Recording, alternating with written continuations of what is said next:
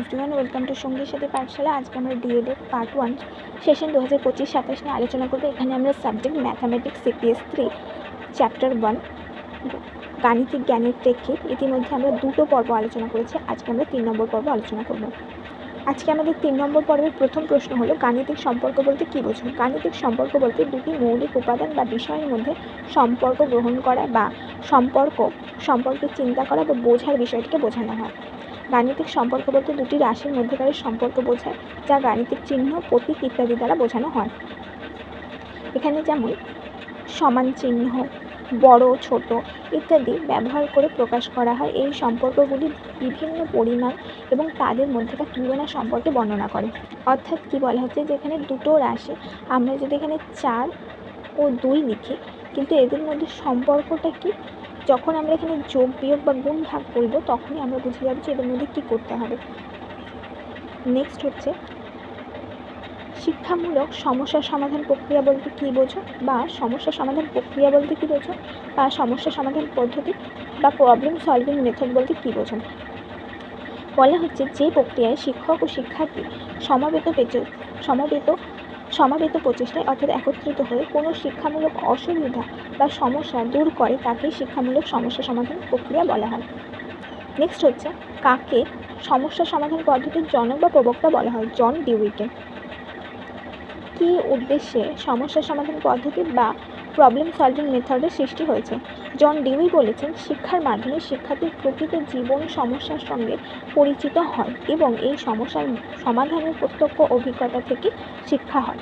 সুতরাং শিক্ষার্থীর সক্রিয়তার মাধ্যমে সংগঠিত হয়। তাই শিক্ষার্থীর শিক্ষামূলক সক্রিয়তা সৃষ্টি করার জন্য তাকে প্রকৃত সমস্যার সম্মুখীন হতে হবে। শিক্ষা ও সমস্যা সমাধানের এই পারস্পরিক সম্পর্কের ভিত্তিতে সমস্যা সমাধান পদ্ধতি বা প্রবলেম সলভিং মেথডের সৃষ্টি হয়েছে। মূলত কি, শিক্ষা হচ্ছে এমন একটি প্রক্রিয়া যা আমাদের জীবনের সমস্যার সঙ্গে পরিচিত করায় এবং তার থেকে আমরা কী করি, অভিজ্ঞতা সঞ্চয় করি। এই অভিজ্ঞতার মধ্যে দিয়ে আমাদের কী হয়, আসল সমস্যা সমাধানের ক্ষমতা গড়ে ওঠে এবং শিক্ষা সম্পন্ন হয়। এটাই হচ্ছে প্রথম হচ্ছে সমস্যা থেকে অভিজ্ঞতা এবং সেখান থেকে সমস্যা সমাধানের করার প্রয়াস এবং তার থেকে শিক্ষা। এই চারটি হচ্ছে গুরুত্বপূর্ণ। নেক্সট হচ্ছে সমস্যা সমাধান পদ্ধতির যে কোনো দুটি বৈশিষ্ট্য লেখো। বৈশিষ্ট্য হচ্ছে 1, বিষয়বস্তু উপস্থাপন হবে সমস্যার আকারে। 2, সমস্যাটি এমন হবে যা শিক্ষার্থীর মানসিক অবস্থাকে সক্রিয় করে তুলবে, মানে শিক্ষার্থী ভাববে যে এটা নিয়ে কী করা যায়। 3 হচ্ছে সমস্যাটির সমাধান শিক্ষার্থীর মানসিক স্তরে সম্পন্ন হবে, মানে সমস্যাটা নিয়ে শিক্ষার্থী মনের ভিতরে চিন্তা করবে এবং নিজের মস্তিষ্ক এবং নিজের বুদ্ধি, বিচার কৌশল, যুক্তি, পূর্ব অভিজ্ঞতা এই সমস্ত কিছুকে কাজে লাগাবে। এবং 4 হচ্ছে অপরের সাহায্য না নিয়ে শিক্ষার্থী নিজের প্রচেষ্টায় করবে। 5, শিশুর পরিণমন অনুযায়ী সমস্যা হবে বাস্তব এবং জীবনধর্মী, মানে তুমি ক্লাস 10-এর ছাত্রছাত্রীকে যেমন ক্লাস 1-এর মতো সমস্যা দিয়ে দিতে পারো না, তেমনই ক্লাস 1-এর ছাত্রছাত্রীকে 10-এর মতো সমস্যা দিয়ে দিতে পারো না। তো তাদের বয়স অনুযায়ী বুঝে তাকে সমস্যা দিতে হবে, আর সেটা যেন বাস্তবের সাথে সংযুক্ত হয় এবং জীবনে কাজে লাগে বা জীবনের উপযোগী হয়। 6 হচ্ছে এমন ধরনের সমস্যা রাখতে হবে যাতে শিক্ষার্থীর যুক্তি ও বিচার করার ক্ষমতা বিকাশ ঘটে। নেক্সট প্রশ্ন, সমস্যা সমাধান পদ্ধতির কয়টি স্তর ও কী কী? মোট 7টি স্তর। সমস্যা উপস্থাপন, সমস্যার বিশ্লেষণ, তথ্য সংগ্রহ, তথ্য বিশ্লেষণ, সিদ্ধান্ত গ্রহণ, যথার্থতা নির্ণয়, যথার্থ সিদ্ধান্তের বাস্তব প্রয়োগ। তারপর হচ্ছে সমস্যা সমাধান পদ্ধতিতে সমস্যা উপস্থাপন ও সমস্যার বিশ্লেষণ বলতে কী বোঝো? প্রথম দুটো স্তর। উপস্থাপন বলতে সমস্যা শিক্ষার্থীর কাছে এমনভাবে উপস্থাপন করতে হবে যাতে সমস্যাটি জীবনকেন্দ্রিক হয়ে ওঠে, শিক্ষার্থীর সমাধানে উৎসাহ পায়, সমস্যাটি শিক্ষার্থীর পরিণমন অনুযায়ী এবং পূর্ব অভিজ্ঞতা এবং পূর্বজ্ঞানের যোগাযোগ থাকে সেই দিকে খেয়াল রাখতে হবে। সমস্যার বিশ্লেষণ বলতে বোঝে সমস্যাটিকে কয়েকটি অংশে বিভক্ত করে সমাধানে অগ্রসর হবে। সমস্যাটিকে কি দেওয়া আছে, কি চাওয়া হয়েছে তার ছোট আকারে প্রশ্নের আকারে বিশ্লেষণ করা যেতে পারে। যেমন ধরো এখানে আমরা সমস্যা উপস্থাপন করতে পারি যে একটা গাছে যদি ক্লাস 1 বা 2 এদের জন্য আমরা গাণিতিক সমস্যা তৈরি করি, তাহলে আমরা বলবো যে একটা গাছে 6টা পাখি বসেছিল, তাদের মধ্যে 2টো চলে গেল। এবারে এখানে ওরা কী করবে, ওরা তো সাথে সাথে ক্যালকুলেট করতে শিখে যায় না, ওরা দেখবে এসে তুমি ওদের একটা মডেল নিয়ে গেলে, তাতে পাখি এঁকে বা পাখি লাগিয়ে নিয়ে গেলে এবং সে পাখিগুলোকে উড়ে যাচ্ছে বা একটু তুমি সরিয়ে নিবে। এবার ওরা সেটাকে গুনে দেখবে, এতে কী হবে যে ওরা তুমি চোখের সামনে সেগুলো মূর্ত অবস্থায় দেখাবে, তখন ওদের আকর্ষণটা বাড়বে। এটা হচ্ছে সমস্যার উপস্থাপন। এবারে কি বলবে যে চলে গেছে বা উড়ে গেছে, তো সেটার মধ্যে ওরা বুঝবে যে সমস্যাটা কী চাওয়া হয়েছে। উড়ে চলে গেছে মানে সে আর সেখানে নেই, বিয়োগ হচ্ছে। তো এটা হচ্ছে এইভাবে আমরা সমস্যার উপস্থাপন করবো এবং বিশ্লেষণ করবো। নেক্সট হচ্ছে সমস্যা সমাধান পদ্ধতির ক্ষেত্রে তথ্য সংগ্রহ, তথ্য বিশ্লেষণ বলতে কী বোঝায়? তথ্য সংগ্রহ বলতে শিক্ষার্থী উক্ত সমস্যাটিকে সমাধানের জন্য কী কী ধরনের তথ্য সংগ্রহ করবে।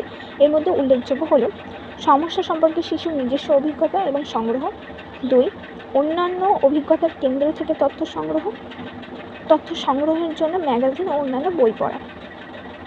তো এই পয়েন্টটা ধরো আমরা অন্য বড়দের ক্ষেত্রে বিচার করছি।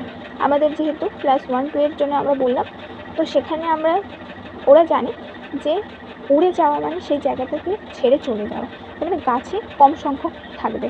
তো সেই অভিজ্ঞতা সেটা সংগ্রহ হয়েছে, এটা ওরা জানে যে উড়ে যাওয়া মানে জায়গাটা থেকে তারা থাকবে না, চলে গেছে। এবং অভিজ্ঞতার কেন্দ্র থেকে তথ্য সংগ্রহ এবং ওই গাছেতে কতগুলো রয়েছে সেটা ওরা গুনে এবং বলতে পারবে। এটা হচ্ছে তথ্য।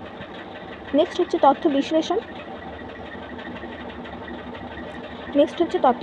তথ্য বিশ্লেষণ হলো শিক্ষার্থী তার বুদ্ধি ও দক্ষতার সাথে পরীক্ষার মাধ্যমে তথ্য বিশ্লেষণ করবে, সমস্যার সাথে বিশ্লেষণ থেকে প্রাপ্ত জ্ঞান সম্পর্কে বিচার করবে, সম্পর্ক খুঁজে বের করার পর সিদ্ধান্তে আসবে। তো এখানে আমরা কী বলব, গাছ থেকে উড়ে চলে যাওয়া মানে একটা জায়গা থেকে কমে যাওয়া, এবং কমে যাওয়া মানে আমরা সেটাকে তাকে বোঝাতে পারি যে বিয়োগ হবে, মানে চলে গেল মানে যা ছিল তার থেকে কমে গেল। এটা তারা নিজেদের বুদ্ধি ও দক্ষতাকে কাজে লাগিয়ে শিখবে। নেক্সট হচ্ছে সমস্যা সমাধান পদ্ধতির শেষ 3টি ধাপ সম্পর্কে লেখো।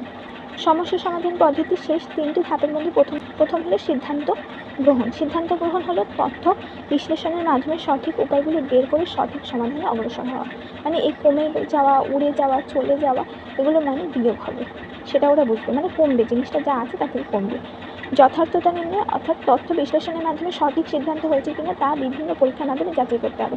মানে আমরা যে একটা পাখি উড়ে গেল বললাম, এবারে আমরা একটা ঝুড়িতে অনেকগুলো ফল আছে, তার থেকে একে আমরা 3টে দিয়ে দিলাম, সেটা হলো ওরা বুঝলো যে এটা কমে গেল, বিয়োগ হলো। কটা পচে গেল, এটাও বিয়োগ হলো। অন্য কাউকে দিয়ে দিল, সেটা বিয়োগ হলো। এইভাবে গাছে ফল ছিল, ঝড়ে গাছ থেকে পড়ে গেল, এটাও কী হলো, বিয়োগ হলো। এইভাবে বিষয়টা বুঝলো ওরা। তারপরে শেষ স্তর হলো যথার্থ সিদ্ধান্তের বাস্তব প্রয়োগ। যাচাই করার সিদ্ধান্তটিকে আমাদের বাস্তব জীবনে প্রয়োগ করতে হবে।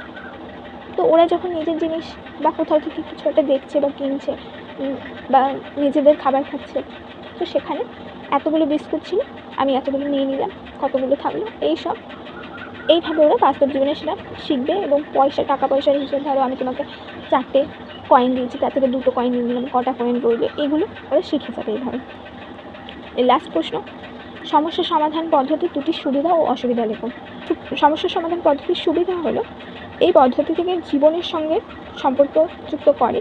এই পদ্ধতির মধ্যে দিয়ে শিক্ষার্থীর মধ্যে সৃজনশীল চিন্তাধারা, যুক্তিসহ বিচার করার ক্ষমতা, দক্ষতা, বৈজ্ঞানিক দৃষ্টিভঙ্গি গড়ে ওঠে। 3 এই পদ্ধতি শিক্ষার্থীর দৈহিক ও মানসিক উভয় দিক থেকে সক্রিয় করে দেবে। 4 এই পদ্ধতি শিক্ষার্থীর শিক্ষা সুস্পষ্ট ও দীর্ঘস্থায়ী হয়। যেহেতু সবটা নিজে করছে, তো সেই জন্য সুস্পষ্ট ও দীর্ঘস্থায়ী হবে। সমস্যা সমাধান পদ্ধতির অসুবিধাগুলি হলো নিম্ন মেধাসম্পন্ন শিক্ষার্থীরা এতে উপকৃত হয় না, উল্টে তারা ভয় পায় এবং পিছিয়ে পড়ে। এই পদ্ধতিতে শ্রেণী শৃঙ্খলা বজায় রাখা কঠিন হয়ে পড়ে। শিক্ষার্থীরা নিজেরা সমস্যার সমাধান করে বলে সময় অপচয় হয়ে থাকে। বিষয়বস্তুর অপেক্ষায় সমাধানের উপর বেশি গুরুত্ব দেওয়া হয়, ফলে শিক্ষার প্রধান উদ্দেশ্য ব্যাহত হয়। এই ছিল আজকে তোমাদের গুরুত্বপূর্ণ 10টা প্রশ্ন। অবশ্যই এর আগের 2টো পর্ব তোমরা চ্যানেলে ভিজিট করে দেখে নাও।